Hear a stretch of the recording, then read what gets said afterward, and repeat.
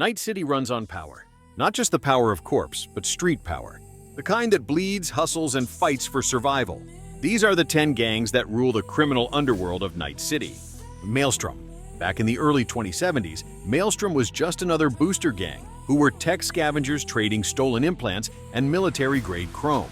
But after a massive police crackdown zeroed their leaders, what came back wasn't the same. They rebuilt themselves in the image of the chaos they loved. Maelstrom members' signature look is their grotesque cyberware modifications, which leave them looking anything but human.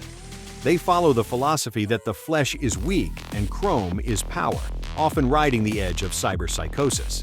When you meet them in the pickup, you walk straight into their madness. Royce, their new self-crowned leader, runs the show after locking Brick in a side room and taking his throne. Every wall in their hideout screams what they believe: technology over humanity.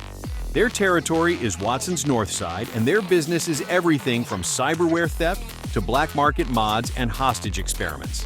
For Maelstrom, brutality is no stranger, and they're not afraid to show it. They don't just embrace the machine, they celebrate losing what's left of the human underneath it. Tiger Claws. The Tiger Claws are what happens when corporate Polish meets gang control. They emerged from Westbrook's Japantown, originally to protect local businesses after the NCPD stopped bothering to. It didn't take long before they were running those same businesses through intimidation and blood money. They mix traditional Yakuza discipline with braindance dens and joy toy parlors. They are one of the more structured gangs of Night City, with ties in many corpo affairs. In V's story, the Claws stand out through Clouds, the dollhouse they secretly own. You meet Maiko Maeda, Woodman, and Hiromi Sato, a trio that run the club from the shadows. The Claws dominate Japantown, Charter Hill, and Kabuki, and their crimes orbit sex work, racketeering, and smuggling. Behind the flash and etiquette, they're still the same as every other crew, another set of predators in suits who call control a tradition. The Valentinos. The Valentinos were born out of faith and neighborhood pride, not greed. In Haywood, when the city turned its back on Latino communities, the Valentinos became the unofficial protectors, part church, part family, and part gang. They built an identity around Catholic imagery and loyalty, using tattoos and crosses to signify their allegiance. They're led by respect more than rank, but you'll hear the name Padre Ibarra everywhere, a fixer who operates like a priest of the streets. And of course, Jackie Wells started with them before trying to build something better. The Valentinos' business is crime, sure, smuggling, weapons, and stolen cars, but they live by a code. Family first, then honor second, and everything else after. They show that in Night City, sometimes even the criminals have more heart than the system that made them. The Voodoo Boys. The Voodoo Boys began as Pacifica's protectors. When corporations promised to turn that district into a luxury paradise and then abandoned it mid-project, the Haitian community was left behind. The Voodoo Boys rose from that betrayal, netrunners who refused to let their people vanish into the ruins. By the time V meets them, they're less a gang and more a digital cult. Maman Brigitte leads them in their affairs on the net, whereas Placide acts as an enforcer of her real-world goals. Their crimes revolve around the net: black market data trades, high-tier hacks, and digital warfare. But their overarching obsession remains to break the Black Wall and reclaim what the Corps locked away. They aren't chasing money. They're trying to become the most dominant force on the net. The 6th Street Gang. 6th Street started with parades and promises. Founded by veterans after the Fourth Corporate War, they claimed they'd bring law and order back to Santo Domingo. Early on they did. They stopped muggings, fixed patrols, and kept neighborhoods safe. Then came the money, the guns, and the slow rot that eats every idealist in Night City. Now led by Will Gunner, after he staged a bloody coup against the original leadership, 6th Street acts like cops without accountability. They protect businesses by extorting them, hijack military shipments, and sell weapons to the same people they arrest. When V crosses paths with them, especially during gigs around Arroyo, they embody Night City's favorite illusion, that the people with badges are any different from the ones with tattoos. The Animals. The Animals were created as a rebellion against cyber obsession. Where Maelstrom saw salvation in implants, the Animals saw weakness. Their philosophy was simple: go primal. They use bio boosters, chem cocktails, and raw training to turn the body itself into a weapon. They move in packs led by local alphas. The most infamous is Sasquatch, Matilda K. Rose, the mountain of muscle you fight in I Walk the Line.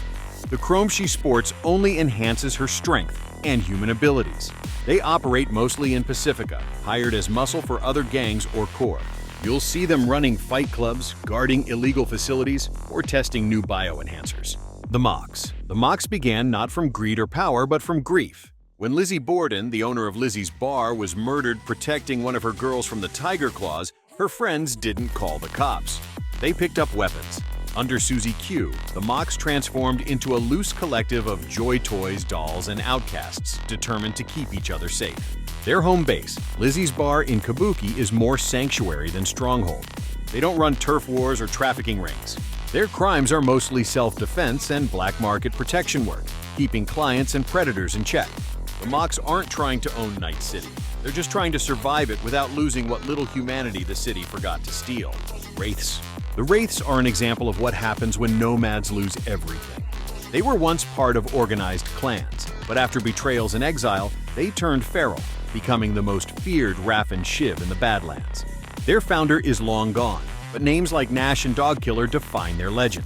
Nash, in particular, hits close to home through Pan Am's story of betrayal, revenge, and the desert justice that follows in Ghost Town. Later, when they kidnap Saul, you see the full brutality of their world. They control the highways and wastelands outside Night City, hijacking cargo, killing for parts, and selling chrome stripped off corpses. They're proof that the city's corruption doesn't end at its borders. It just trades neon for dust. Scavs. The Scavs aren't a gang so much as an infection. They have no hierarchy, no turf, and no code. They exist anywhere someone disappears. Their trade is organ harvesting, cyberware extraction, and torture BDs. You meet them immediately in The Rescue, pulling Sandra Dorset out of a tub full of ice and missing parts, and later on while working with Judy to find Evelyn. These missions show exactly how brutal and animalistic they are. They don't shape the city's power structure, but they do feed off its leftovers. In a world obsessed with upgrades, the Scavs remind you there's always someone willing to tear progress out of another person's skin. When you enter Dogtown in Phantom Liberty, you leave Night City's chaos behind and step into Kurt Hansen's Order. Barguest isn't a gang in the traditional sense. It's Hansen's private army. Formed from ex-soldiers and mercenaries, they took over Dogtown after the NCPD and Corps pulled out, turning it into a fortress of smuggling and shadow governance. Their structure mirrors the military's chain of command, uniforms, and checkpoints. But in reality, their methods are pure gang rule. They control trade routes, black markets, and contraband, while also deciding who gets in or out of their territory. Every deal in Dogtown passes through Hansen's hands, whether willingly or not. Barguest blurs the line between leadership and dictatorship. Their rule leaves Dogtown a central hub for criminal activity in a city already plagued by crime. They don't rule with chaos like the rest on the list, but they rule with order so tight it starts to create problems. Every gang in Night City started with a simple idea, whether it be protection, freedom, profit, or survival. But regardless of good or bad intentions, Night City reveals the true nature of anyone who tries to tame it. In Night City, the only thing stronger than power is the hunger for it.